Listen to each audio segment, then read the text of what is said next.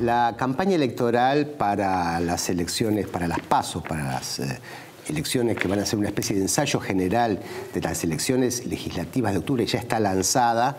Estamos ya siendo saturados por la publicidad de los partidos. Y, Mabel, se trata de una elección nacional, pero a veces esto no es tan evidente. Pareciera que, por cómo se plantean las encuestas y los debates, esto se ha focalizado en la provincia de Buenos Aires, por la cantidad, por los candidatos que hay allí, sobre todo por la presencia de Cristina Kirchner como candidata a senadora por la provincia de Buenos Aires, y específicamente en el área de la provincia de Buenos Aires que más votantes concentra, que es el conurbano. O sea, esto es prácticamente la batalla del conurbano, la batalla política del conurbano es la que se va aparentemente a jugar el resultado de la elección de las PASO primero y de las elecciones de mitad de mandato legislativas. Se van a jugar en el conurbano bonaerense. Claro, el conurbano además es el que concentra la historia de la modalidad de desarrollo del país, porque hay tanta gente en el conurbano tiene que ver con las modalidades de desarrollo productivo en la Argentina o de no desarrollo precisamente, y la concentración alrededor histórica de su ciudad-puerto. Eso tiene una larga historia, ver por qué hay tanta gente en el conurbano y cómo son las oleadas de personas que llegan inmigrantes al conurbano, ¿no? El conurbano, por eso, será el tema que vamos a analizar esta noche en Asuntos Públicos, porque acaba de aparecer un libro fascinante, en mi opinión, que se llama Conurbano Infinito, actores políticos y sociales entre la presencia estatal y la ilegalidad. Y hoy está con nosotros uno de los compiladores de este libro, Lucas Ronconi. Lucas, gracias por estar en Asuntos Públicos.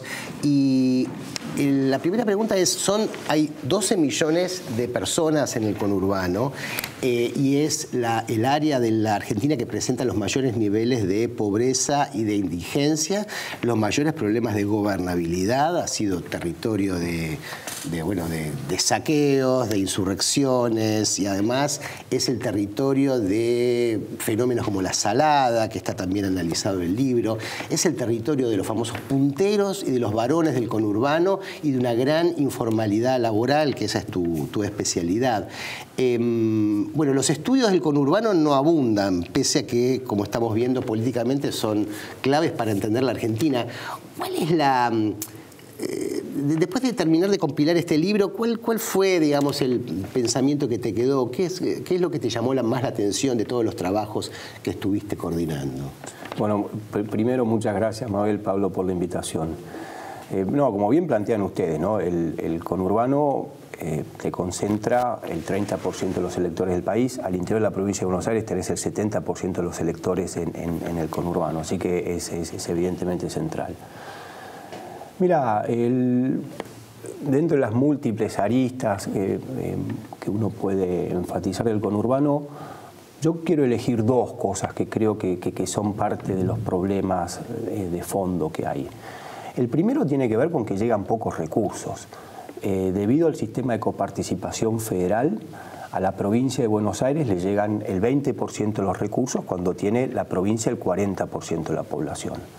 Y luego, cuando la provincia reparte para con los municipios, tenés que el conurbano te concentra el 75% de la población y básicamente le llega un poquito más de la mitad de los recursos. Así que en ambas repartijas llegan pocos recursos. Ahora, a pesar de esos pocos recursos que llegan, tampoco están bien utilizados para nada. Y ahí creo que hemos tenido décadas de tener una dirigencia política mezquina en el sentido que no entiende a la política como servicio a los demás. Y si tengo que elegir a dos problemas centrales para solucionar la problemática del conurbano, me quedo con esos dos, ¿no? Claro, evidentemente, bueno, hay rasgos, como decíamos, históricos de el reparto en la coparticipación es un tema central, una discusión central de la política, cómo reequilibrar en un pacto fiscal. Recurrentemente se vuelve a la agenda política la discusión sobre el reparto de la coparticipación y otra vez vuelve a ser tan disputada y tan difícil de sostener y, como bien decís vos, al interior de los municipios, porque también hay municipios ricos y municipios que tienen enormes necesidades porque son los más pauperizados y que con menos recursos se pueden hacer todavía menos cosas. Entonces allí aparece una red y un entramado y lo que nos interesaba es plantear cómo aparecen las mediaciones desde lo estatal a cómo llegan y con lo malo y lo bueno de este entramado, porque una de las cuestiones que aparecen en el libro es eso, ¿no? Mostrar la complejidad. Exacto. Yo creo que en el conurbano se observa en forma clara uno de los falsos dilemas que tenemos en Argentina. Y este falso dilema es, por un lado, está claro que nos va mal cuando el Estado está ausente. Ahora, por el otro lado, también nos va mal cuando el Ejecutivo de turno tiene una excesiva injerencia en la política pública. Y en el conurbano, cuando uno observa la presencia estatal, cómo el Estado interviene en el conurbano, te encontrás con estos problemas. Es un Estado que podría definir como un Estado trunco, en el sentido que en algunos lugares está ausente, por ejemplo, hay gente que no tiene cloacas, y es claramente responsabilidad de esa tener cloacas. En otros lados el Estado está imponiendo la regulación, pero luego está haciendo la vista gorda al incumplimiento de eso, y a veces hace la vista gorda a cambio de un dinero, como es la red ilegal que existe detrás de la salada. Estaban las autoridades públicas cobrando por detrás de eso. Y por el otro lado, a veces hace la vista gorda al incumplimiento como una forma redistributiva, por ejemplo, haciendo la vista gorda a ciertas ocupaciones, o también no solamente a las ocupaciones ilegales de terreno en las clases más bajas, sino a los incumplimientos con las normas, las normas de uso del suelo en muchos de los barrios cerrados. Claro, también, ¿no? que son en general también, más impactantes. También son impactantes así que eso creo que hay que intentar superarlo. Y creo que parte de cómo se supera eso es con mejores capacidades estatales, en donde no el Ejecutivo de turno, que por su propia naturaleza va a tener intereses electorales muy cortoplacistas, porque son las reglas de juego. Tiene una elección el año que viene o el mes que viene, entonces tienen preocupaciones muy corto plazo. A los países que en general les funciona bien, dejan en una burocracia en el buen sentido, en el sentido weberiano de la palabra, capacitada, calificada, dejan el manejo de muchas de las políticas públicas que no tendrían que estar a cargo del Ejecutivo. Entonces no es ni Estado ausente ni el Ejecutivo controlando eso, ¿no? La Argentina tiene una institución, la de los punteros, uno de los capítulos del libro es Punteros, el rostro del Estado frente a los pobres, que no es de ahora, viene desde los punteros conservadores del siglo XIX, los punteros radicales, hasta en los tangos se habla de los punteros, ¿no? Donde el Estado interviene de alguna manera, es como somos los brazos y los ojos y los oídos del Estado en el interior de los barrios, de los entramados urbanos más profundos. Es la mediación, operan de mediación. Y esto es una institución ya muy consolidada en la Argentina. Claro. No digo que esté ni que bien ni mal, ¿no? Pero no, por supuesto. Y si querés lo podés mirar un poquito desde esta óptica, ¿no? La crítica de decir estos referentes sociales o estos punteros manejan discrecionalmente, sería mejor que no estén. Ahí pasas a tener el Estado ausente. Ajá. Ahora, por el otro lado, lo que el puntero es un instrumento más del intendente o del ejecutivo de turno, a nivel local o a nivel gobernación. No es el Estado, entonces es el acceso a ciertos programas y beneficios sociales, pero que te lo está dando una persona, el ejecutivo de turno. No es una presencia estatal más institucional, ¿no? Pero no hay una oficina de empleo que, por ejemplo, administra los subsidios de desempleo, como podría haber, no sé, en España. Sí, pero eso tiene que ver con el grado de informalidad de la economía de la Argentina, porque también tiene que ver con eso, como la ciudadanía requiere condiciones materiales básicas de existencia, que si no... Claro. No, por supuesto. Si no hay condiciones salariales equivalentes, también es difícil que haya condiciones materiales equivalentes, ¿no? No, por supuesto. Vos recién mencionaste el tema de las oficinas de empleo. Déjame que tome este ejemplo para ilustrar, como ejemplo que ilustra esta problemática. Vos mirá los programas de empleo y capacitación. Obviamente, si no tenemos empleo, si queremos eliminar los programas de empleo y capacitación, vamos a estar en problemas, porque hay un montón de gente que está sufriendo una coyuntura negativa y tiene que estar el Estado para protegerlo. Ahora, si los programas de empleo y capacitación son caja para la política, se usan para que la persona vaya a una marcha, bueno, eso hace que la persona no gane entrenamiento, no gane capacitación laboral, no genere empleabilidad, no tenga la forma de liberarse, de tener un trabajo digno, de generar su propio ingreso, y lo pasás a condenarlo a que esté siempre percibiendo, a que esté siempre viviendo de la asistencia. Yo creo, y en eso soy optimista, que la mayoría de la población quiere generar sus propios ingresos, no quiere ser dependiente. Así que, ahora lo que me parece que hay que entender ahí es que el Ejecutivo de turno tiene los incentivos en general para manejar los programas con esta lógica cortoplacista, ¿no? Claro, la lógica cortoplacista es la que te marcan las elecciones. No tenés elecciones cada 2 años, tenés que mostrar resultados cada 2 años, inmediatos. Exactamente. No. Lucas, tu especialidad es el tema de la informalidad laboral y vamos a volver sobre eso en el bloque siguiente. Y la pregunta que te dejamos es, ¿estos niveles de informalidad están igual, mejor o peor que hace 5 años, 10 años o más? Ya volvemos.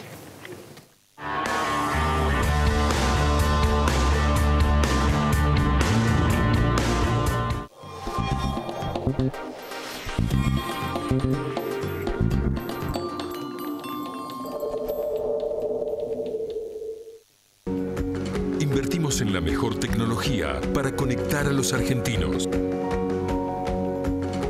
Grupo Telecom. IRSA. Somos la mayor empresa argentina inversora en bienes raíces. IRSA. Líderes en real estate. ExxonMobil. Líder en tecnología para la operación segura y eficiente de recursos no convencionales de gas y petróleo, está contribuyendo con el progreso del país desde sus operaciones en la provincia de Neuquén. Aceitera General Dehesa, una empresa comprometida desde hace más de 65 años con el desarrollo del país y las generaciones futuras. En la Ciudad Autónoma de Buenos Aires, vivir mejor es ley. Legislatura de la Ciudad Autónoma de Buenos Aires. El fruto de nuestro trabajo es parte de tu mesa. Por eso, queremos que nos conozcas. En Monsanto ayudamos al campo a producir más alimentos cuidando los recursos naturales. Entrá a Descubrir Monsanto y sé parte de la conversación. Préstamos personales de hasta 500.000 pesos a tasa fija. Cumplí tus sueños con Banco Provincia.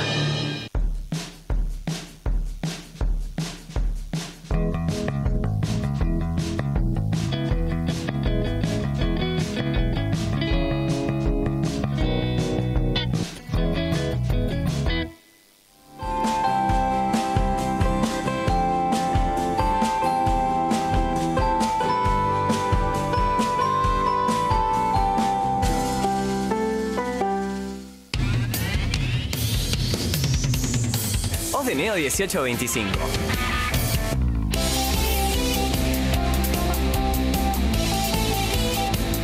Estamos.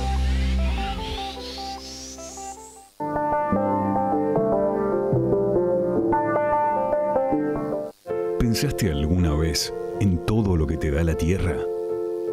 Profértil. Vida para nuestra tierra.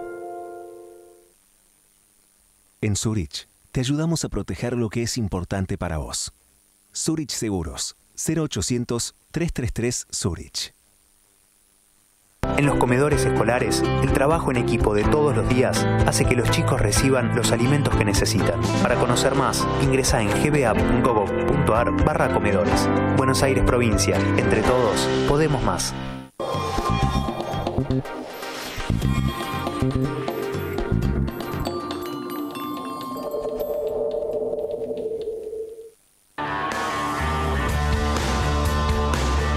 Seguimos en Asuntos Públicos, hoy analizando el conurbano bonaerense, que es en estos días el corazón de la política, porque allí se concentra una enorme masa de votantes y allí se disputa una pelea política clave para el futuro de la Argentina. Bueno, ¿qué sabemos del conurbano? Una realidad tan compleja.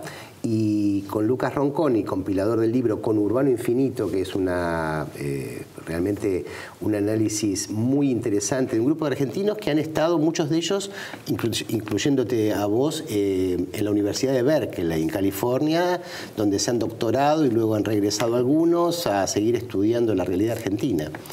Pero aunque desde Berkeley se ven, a veces está bien tomar una distancia. Sí, pero los trabajos de campo han sido muy de campo, ¿no? De campo lo han hecho acá. Muchas entrevistas y trabajos intensos de campo. No, por supuesto. Y tu especialidad es la informalidad laboral, y la pregunta que te habíamos dejado en el bloque anterior era, ¿esto está mejorando igual, peor? ¿Cómo estamos en ese terreno? Que es clave para las políticas sociales, ¿no? Sí. Si fuera a hacer un debate académico, te entraría a charlar de las enormes cantidad de discusiones de forma de definir a la informalidad. Pero tomemos una más sencilla, que es si se incumple con la norma, con lo que dice el Código de Trabajo o no. Y ese indicador es que está en el orden de 1/3, para los trabajadores en relación de dependencia, 1/3 trabaja lo que comúnmente se le dice negro. Ese indicador básicamente está similar a lo que es la situación de los 90.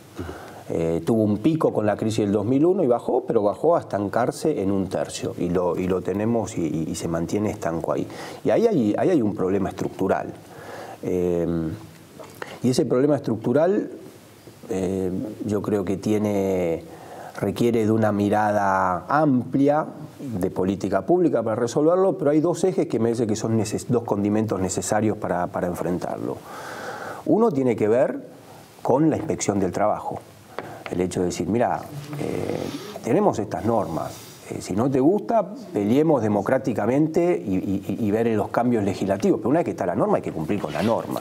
Bueno, los servicios de inspección del trabajo tienen que mejorarse. Así que los servicios de inspección conjuntamente con las multas, ¿no? Así que por un lado eso. Ahora, por el otro lado, hay un enorme problema de capacitación. Hay una buena parte de la población en Argentina que por el deterioro de la educación pública, o porque lo que hablamos recién de los programas de empleo y capacitación, que no ha tenido las oportunidades para calificarse.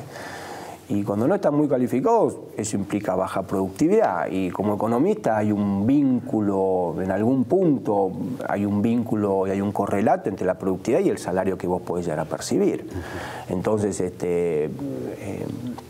hay que también enfrentar ese problema, ¿no? Ahora, muchas veces se leen o se ven las noticias que el Ministerio de Policía del Trabajo hizo operativos y que encontró índices de informalidad enormes, y uno tiene la sensación de que si realmente se instrumenta, digamos, la legislación laboral, se tendría que clausurarse la mitad de las empresas del país, ¿no? Porque algunos tienen una parte en blanco, otra parte en negro, otra parte en gris.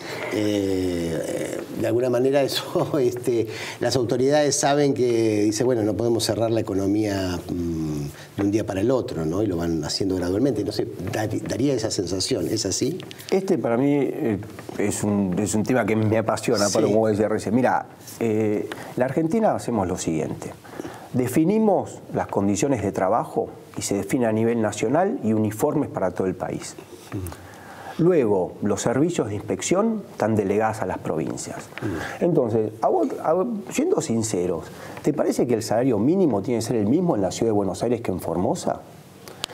Si 8.600 está bien para Formosa, entonces en la ciudad de Buenos Aires debería ser 15.000 el salario mínimo. Entonces, pero no, tenemos, por el otro lado, los costos de vida son diferentes, así que en todo caso uno quiere asegurar a través de un salario mínimo real equivalente en el país, no nominal. Entonces, lo que termina ocurriendo es que con esa pretensión de igualdad a través de la norma, queda una norma muerta, la letra de la ley muerta, porque luego, a nivel provincial, en ciertas provincias, los gobernadores no tienen mucho incentivo a inspeccionar, en parte porque ellos están en el negocio incumpliendo la norma, pero en parte porque a veces, sinceramente, si vos haces cumplir esas normas a rajatabla, en ciertas provincias puede dar lugar a la destrucción de empleo. Entonces ahí en la Argentina falta un debate un poco más sincero al momento de discutir la normativa, decir, che, esta es una normativa que en teoría tiene que venir a proteger a los que están abajo en la pirámide. Bueno, asegurémonos que se haga cumplir. Hoy tenemos un conjunto de normas que aplican para los que están para arriba, no para los que están abajo, ¿no? Y tiene que haber un piso. En realidad tiene que haber un piso. Es un piso, porque las normas... El piso lo tenemos fijado en el código, no en la práctica. ¿Qué quiere decir 30% informales? Quiere decir que están ganando por debajo del mínimo, quiere decir que no tienen cobertura, que no tienen obra social, que no tienen cobertura contra accidente de trabajo. Sí, ¿Y quiénes son? ¿Los de clase alta, los que están ahí? No, son los de clase baja. Claro, con la excusa de la destrucción hay muchos que se benefician de esa informalidad. Claro, que lucran y medran con esa informalidad, porque creo que el punto de vista central que tendría que aparecer en el trabajo es cómo garantizamos, previo a todo lo demás, un estándar de vida básico mínimo digno para el conjunto de la población. De ahí pensamos si ganamos más, menos, cuánto se gana. Lo que pasa es que eso es invertir el orden de los análisis, ¿no? Hay una dualidad que se está marcada, me parece una constante a lo largo del libro, ¿no? Entre la dualidad de lo legal y lo ilegal, de lo informal y lo informal, ¿no? En la industria textil, una cosa es las marcas que se ven en los shoppings y otra la salada, y las realidades del trabajo del trabajo ilegal y ya incluso con situaciones de trabajo esclavo. El trabajo esclavo, incluso en empresas que son legales, empresas que son muy exitosas y muy conocidas, que emplean trabajo esclavo y que están en condiciones de pagar mejor y sus tasas de ganancia no la bajan, porque se absorben esa tasa de ganancia. Leyendo el libro Conurbano Infinito tuve un poco el recuerdo de aquello que se decía en Brasil, de que Brasil era Belindia, ¿no? Parte era Bélgica y otra era la India, ¿no? Entonces, cuando uno sale de la capital y va a ciertas zonas del conurbano, es como pasar de un país a otro, ¿no? Uno donde el PBI per cápita es como en Austria y otro donde es como en... Por eso tenemos el continente más desigual del planeta, que el problema no es solo la pobreza, sino la extrema desigualdad que genera todas estas cosas y una violencia infinita. Claro, y en esta realidad hay algunas, digamos, las normas están hechas por las élites que pertenecen a Bélgica, ¿no? A la India, ¿no? Generalmente. Entonces, ahí puede ser que haya parte de los ruidos de esto que señalas vos en la formación, en el diseño de política, ¿no? Que se hacen leyes muy buenas, pero que cuando las vas a implementar decís, no podemos hacerlo porque se compromete la gobernabilidad, digamos, ¿no? O sea, para eso necesitamos punteros, necesitamos movimientos sociales para que el Estado llegue allí. ¿Hay algo de eso? Sí, coincido con el énfasis que ponen ustedes, la desigualdad es la característica saliente del conurbano, ¿no? Claro. Esa desigualdad. Mira, para tomar un ejemplito concreto, creo que unas semanas atrás se reunió el Consejo del Salario Mínimo. Bueno, ahí eso se determina el salario mínimo de vuelta para todo el país, están subrepresentadas los intereses provinciales y también no están representados los trabajadores que hoy están afuera. ¿Qué representante está de los informales? ¿Qué representante está de los desocupados? Sí. Y para esas poblaciones también es importante qué norma, cuál va a ser el salario mínimo, porque es importante para ellos, ¿no? Entonces, sí, ese es un ejemplo que refleja un poquito... Claramente esta dualidad. Bueno, realmente creo que vamos a escuchar mucho del conurbano en las próximas semanas. Y con menos prejuicio, con más datos, más conocimiento y menos prejuicio sobre esos otros que están excluidos, que a veces se amplifican, ¿no? Y este libro es un aporte muy interesante para eso, así que felicitaciones y gracias por estar con nosotros, Lucas, esta noche. Esto fue Asuntos Públicos. Hasta el jueves que viene.